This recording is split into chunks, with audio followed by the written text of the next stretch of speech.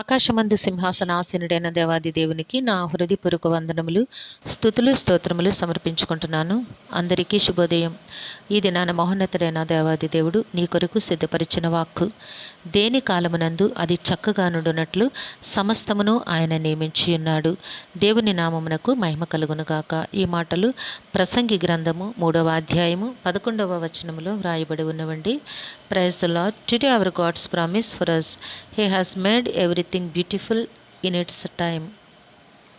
ప్రియమైన నేస్తమా, నీ దేవాది దేవుడు ఈ దినాన నీ కొరకు సిద్ధపరిచిన వాక్కు ఏమిటి అంటే, నీవు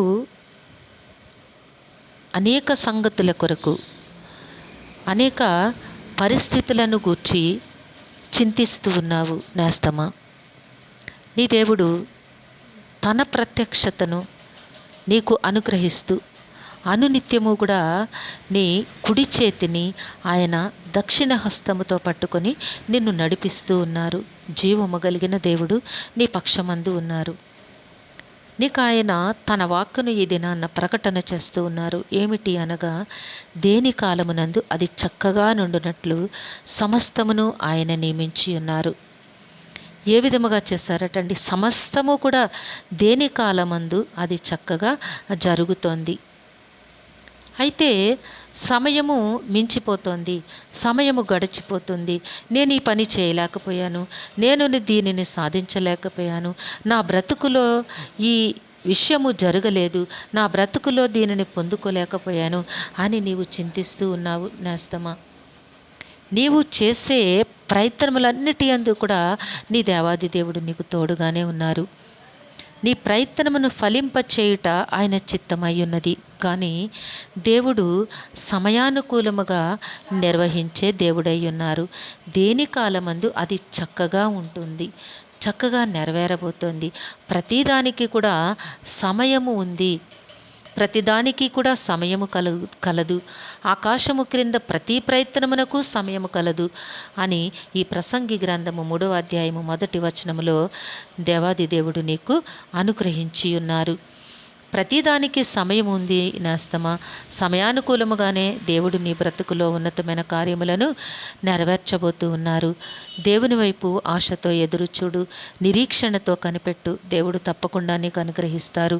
పుట్టుటకు చచ్చుటకు, నాటుటకు నాటబడిన దాన్ని పెరికివేయుటకు, ఏడ్చుటకు నవ్వుటకు, దుఃఖించుటకు నాట్యమాడుటకు, అలానే ప్రతిదీ కూడా ప్రేమించుటకు ద్వేషించుటకు, యుద్ధము చేయుటకు సమాధానపడుటకు అన్నిటికీ కూడా సమయము ఉంది అని నీ దేవుడు నీకు వాగ్దానము చేస్తూ ఉన్నారు నేస్తమా. ఆలస్యమైంది కదా అని నీవు దుఃఖపడకు. ఆలస్యమైపోతోంది, ఇక నా బ్రతుకు ఇక్కడితో ఆగిపోతుంది అని నీవు చింతించకు నేస్తమా. ఎందుకంటే సమయాసమయములు దేవుని ఆధీనమందు ఉన్నవి గనుక సమయానుకూలముగా దేవుడు నీ జీవితంలో ఉన్నతమైన కార్యములను జరిగించబోతూ ఉన్నారు, నెరవేర్చబోతూ ఉన్నారు. దేని కొరకు ఎదురు చూస్తూ ఉన్నావో దేవుడు తప్పకుండా నీ బ్రతుకులో ఆశీర్వాదమును నీకు ఆయన అనుగ్రహిస్తారు. నీవైతే ఆయన దృష్టికి యోగ్యమైన వానిగా, ఆయన దృష్టి యందు నీవు ఇష్టునుగా జీవించడానికి ప్రయత్నము చేయి. దేవుని యందలి భయముతోనూ భక్తితోనూ నీవు నీ జీవితమును ముందుకు కొనసాగించు నేస్తమా. నీకు దేనిని కూడా ఆయన లోటు చేయరు. తప్పకుండా దేవుడు నీ బ్రతుకులో వెలితిగా ఉన్న ప్రతి వెలితిని కూడా ఆయన పూడుస్తారు, ఆయన నింపుతారు. ఆయన ఆశీర్వాదములతో నిన్ను సంతోషింపచేస్తారు. దేవుడు నీ పక్షమందు ఉన్నారు, నీతోనే ఉన్నారు. నీ చింతను విడిచిపెట్టు, దేవుని వైపు మాత్రమే నీవు చూడు.